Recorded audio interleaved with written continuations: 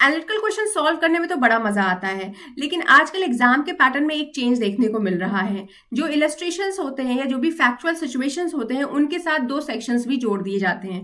अब सेक्शन की वजह से बच्चा इतना कंफ्यूज हो जाता है कि वो गलत आंसर चूज करके चला आता है। ऐसी गलती आप ना करें, इसलिए मेरे चैनल को सब्सक्राइब कर लीजिएगा, वीडियो को लास्ट तक देखिएगा। जो भी आंसर आप प्रिडिक्ट कर पा रहे हैं उसे कमेंट बॉक्स में कमेंट भी करिएगा, साथ में रीजन भी लिखिएगा और इस वीडियो को अपने दोस्तों के साथ जरूर शेयर करिएगा। तो आज का सवाल कुछ इस प्रकार है कि ए एक जेलर है, ठीक है। इनके पास एक प्रिजनर है जिसका नाम जेड है। ए का इंटेंशन है जेड की डेथ कॉज करना। अब इसलिए ए क्या करता है, ये फूड सप्लाई ही बंद कर देता है, मतलब जेड को फूड देता ही नहीं है। अब इसके वजह से जेड बड़ा कमजोर हो जाता है, लेकिन उसकी डेथ नहीं होती है। मतलब स्टारवेशन तो कर रहे हैं जेड को खाना नहीं दे रहे हैं जेलर साहब, लेकिन जेड उसकी वजह से उसकी मृत्यु नहीं हो रही है। अब ये फैक्ट जो है ना, ये बात वाई को नहीं पता थी। अब वाई कौन है? वाई एक प्रिजनर है जेड की तरह। वाई को ये बिल्कुल नहीं पता था कि जेड को वीकनेस हो गया है, उसे नहीं पता था कि जेलर साहब जो है जेड को खाना नहीं दे रहे हैं। वाई और जेड के बीच में एक छोटी सी फाइट होती है और फाइट की वजह से जेड की डेथ कॉज हो जाती है। अब ये डेथ शायद नहीं हुई होती अगर जेड को जेलर साहब ने प्रॉपर फूड दिया होता, प्रॉपर न्यूट्रिशन दिया होता जो बाकी प्रिजनर्स को मिल रहा था। अब सवाल आपके साथ ये है, आपके लिए यहाँ पे ये है कि सेक्शन नंबर 300 जो आईपीसी का था और सेक्शन नंबर 37 जो आईपीसी का था, इन दोनों को ध्यान में रखते हुए करेक्ट ऑप्शन चूज करना है। तो 300 आईपीसी का इस समय बन गया है 101 बीएनएस का, और 37 जो था आईपीसी का वो बन गया है सेक्शन नंबर 3 का, सब सेक्शन 8 भारतीय न्याय संहिता का। तो इन दोनों सेक्शन को ध्यान में रखते हुए आपको इन चार ऑप्शंस में से कोई एक ऑप्शन चूज करना है। तो पहले ऑप्शन सुन लेते हैं। तो ऑप्शन ए बोलता है कि जो यहाँ पे ए है मतलब जेलर है और जो प्रिजनर है, इन दोनों ने मिलकर क्या किया है, जेड की मर्डर किया है, जेड का डेथ कॉज किया है। तो यहाँ पे मर्डर के चार्ज इन दोनों पे लगेंगे। ऑप्शन ए ऐसा कहता है। ऑप्शन बी कहता है कि ए ने क्या कमिट किया है, अटेम्प्ट टू मर्डर। ए कौन था, जेलर था, और वाई ने क्या कमिट किया है, culpable homicide not amounting to murder. ये हमारा बी ऑप्शन है। सी ऑप्शन कहता है कि ए ने क्या कमिट किया है, अटेम्प्ट टू मर्डर कमिट किया है, और वाई ने क्या कमिट किया है, वाई ने मर्डर कमिट किया है। ऑप्शन नंबर डी कहता है कि A is not guilty of any offence. कह रहे हैं ए के ऊपर कोई भी ऑफेंस का गिल्टी नहीं लगेगा, उसने कुछ भी नहीं किया। किसको बोल रहे हैं, जेड को बोल रहे हैं। And Y has committed culpable homicide not amounting to murder. तो जरा सोचिए, रुकिए और ठहरिए, आंसर क्या है कमेंट बॉक्स में कमेंट जरूर करिए। तो चलिए इस क्वेश्चन के एक्सप्लेनेशन की तरफ मैं बढ़ती हूं। सबसे पहले मैं बात करूंगी जेलर साहब के बारे में, मतलब ए के बारे में।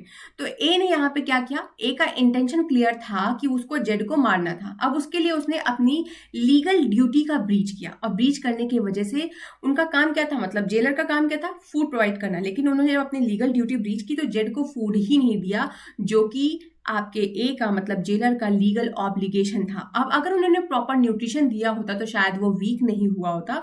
तो ये इलीगल ओमिशन था जो क्रिमिनल लॉ के अंडर फॉल करेगा। लेकिन ध्यान में देने वाली बात यह है कि ए के एक्ट से जेड की डेथ डायरेक्टली नहीं हुई। ए ने खाना नहीं दिया, खाना ना देने की वजह से जेड वीक तो हो गया था, पर उसकी डेथ कॉज नहीं हुई थी। सिर्फ वीकनेस आई थी, उसकी डेथ नहीं हुई स्टार्वेशन से।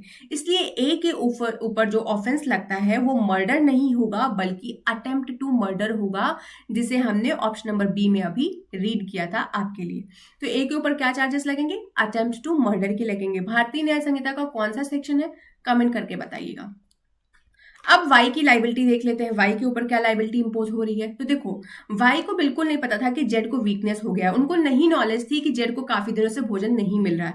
उनकी फाइट नॉर्मल थी, हाथापाई हो गई, लेकिन उस फाइट के रिजल्ट में जेड की डेथ हो जाती है, जो कि बहुत बड़ी बात है। लेकिन जो वाई का एक्ट था ना, उसमें उनका कहीं भी इंटेंशन डेथ कॉज करने का नहीं था, ना ही उन्हें नॉलेज था कि डेथ हो सकता है जेड का।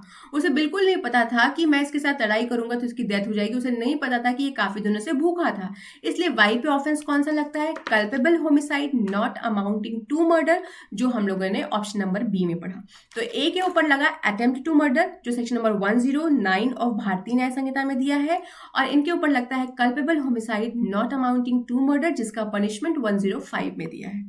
आई होप यहां तक क्लियर है। तो ऑप्शन नंबर बी करेक्ट होगा, जो कहता है A has committed attempt to murder and Y has committed culpable homicide not amounting to murder. अब देखो, culpable homicide not amounting to murder का मतलब क्या होता है। ऐसा एक्ट जिसमें डेथ हो जाती है, लेकिन इंटेंशन और नॉलेज का लेवल इतना हाई नहीं होता जितना मर्डर के लिए रिक्वायर्ड है, इसलिए इसे क्या बोलते हैं, culpable homicide not amounting to murder. In short याद में रखने वाली बात इतनी है कि देखो, culpable homicide not amounting to murder की जब बात हम कर रहे हैं तो यहाँ पे दो तरीके के केसेस फॉलो होते हैं। पहले तो वो केसेस होते हैं जो सेक्शन नंबर 101 BNS के 5 एक्सेप्शन के अंडर फॉल होते हैं, ठीक है।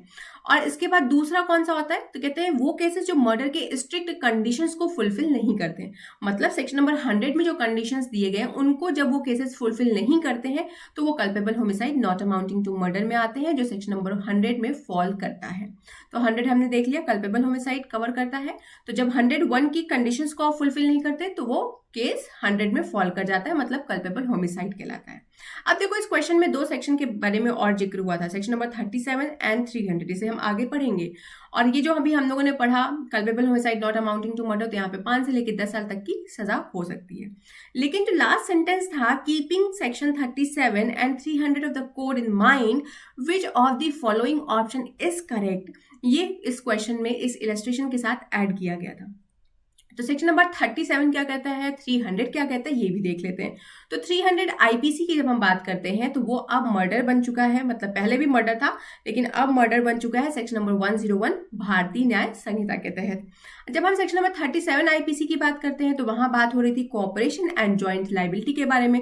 तो सेक्शन 3 का सबसेक्शन 8 जो है वो भारतीय न्याय संहिता का अब बात करता है कॉपरेशन एंड जॉइंट लाइबिलिटी के बारे में।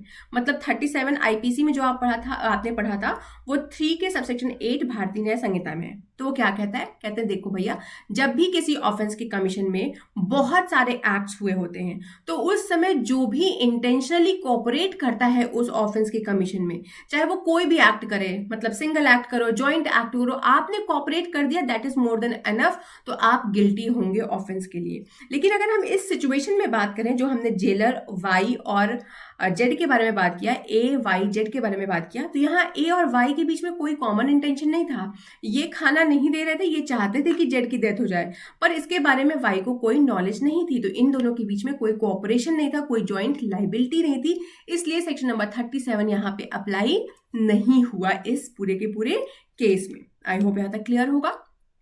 आगे बढ़ते हैं, अब बात कर लेते हैं थोड़ा सा इस सेक्शन नंबर 300 के बारे में। तो 300 मर्डर के बारे में बताता है, इसको हम बहुत डिटेल में दूसरी वीडियो में कवर करेंगे, वहां आप देख लीजिएगा। अब जो हम लोगों ने ऑप्शन नंबर बी पढ़ा तो उसमें क्या पढ़ा कि इनके ऊपर, मतलब जेलर साहब के ऊपर अटेम्प्ट टू मर्डर का चार्ज लगा और वाई के ऊपर क्या लगा, culpable homicide not amounting to murder. तो कल्पेबल होमिसाइड हमने देख लिया, अब अटेम्प्ट टू मर्डर क्या होता है ये समझ लेते हैं। तो देखो, अटेम्प्ट टू मर्डर की जब बात होती है तो इसका मतलब होता है कि किसी आदमी, मतलब कोई आदमी है, उसका इंटेंशन है किसी को मारने का। मेरा जेड का इंटेंशन यहाँ पे क्या था, वाई ए का इंटेंशन क्या था, जेड को मारने का था। तो इनका इंटेंशन था मारने का, और उस इंटेंशन को पूरा करने के लिए या तो इन्होंने कोई एक्ट किया होगा या तो कोई इलीगल ओमिशन किया होगा। तो इन्होंने एक्ट तो नहीं किया था, इन्होंने इलीगल ओमिशन किया था। क्या ओमिट किया था, प्रॉपर फूड सप्लाई नहीं दे रहे थे ये जेड को, लेकिन उस ओमिशन की वजह से इसकी डेथ कॉज नहीं होती है, ठीक है। ये खाना देना तो बंद कर दिए थे पर स्टार्वेशन की वजह से जेड की डेथ कॉज नहीं हुई। तो कहते हैं भैया, ये जो आप कोशिश कर रहे थे ना, ये अटेम्प्ट था, प्रयास था, आप मारने की कोशिश तो कर रहे थे पर वो कोशिश कामयाब नहीं हुई, तो ये कहलाता है अटेम्प्ट टू मर्डर। 109 BNS ये भी कहता है कि अगर कोई पर्सन इंटेंशन के साथ कोई एक्ट करता है या नॉलेज के साथ कोई ऐसा एक्ट करता है जिससे किसी व्यक्ति की डेथ कॉज हो सकती है तो उस पर्सन को मैक्सिमम 10 साल तक की इम्प्रिजमेंट दी जा सकती है, साथ में फाइन भी इम्पोज किया जाएगा। फिर कहते हैं कि अगर आपके इस प्रयास की वजह से, जो छोटा सा प्रयास आप कर रहे थे उसकी मृत्यु कॉज करने की, अगर उसकी वजह से, मतलब ये मरा नहीं होता, इसको कोई इंजरी हो जाती तो पनिशमेंट और सीवियर हो जाता, यहाँ पे इनको लाइफ इम्प्रिजमेंट भी मिल सकता है। इस टाइप के क्वेश्चंस में याद रखने वाली चीज बस इतनी है कि इंटेंशन, नॉलेज, कॉजेशन का चेंज को अलग अलग आप एनालाइज करो। मतलब इंटेंशन था क्या, नॉलेज था क्या, कॉज क्या है, इन सबको जब आप अलग अलग एनालाइज करोगे तो आप इसका आंसर अच्छे से प्रेडिक्ट कर पाओगे। अगर आपने ऑप्शन बी सिलेक्ट किया और आपका आंसर सही था तो अपनी पीठ को थपथपाइएगा, आप अपने सिलेक्शन की तरफ एक कदम और बढ़ा चुके हैं। अगर आप चाहते हैं कि मैं ऐसे ही MCQs लेकर आऊं जिनका हम लोग प्रॉपर एनालिसिस करें तो चैनल को सब्सक्राइब कर लीजिएगा, कमेंट बॉक्स में कमेंट भी करिएगा और वीडियो पसंद आए तो दोस्तों के साथ जरूर शेयर करिएगा। आज के लिए बस इतना ही। Thank you, have a good day, all the best.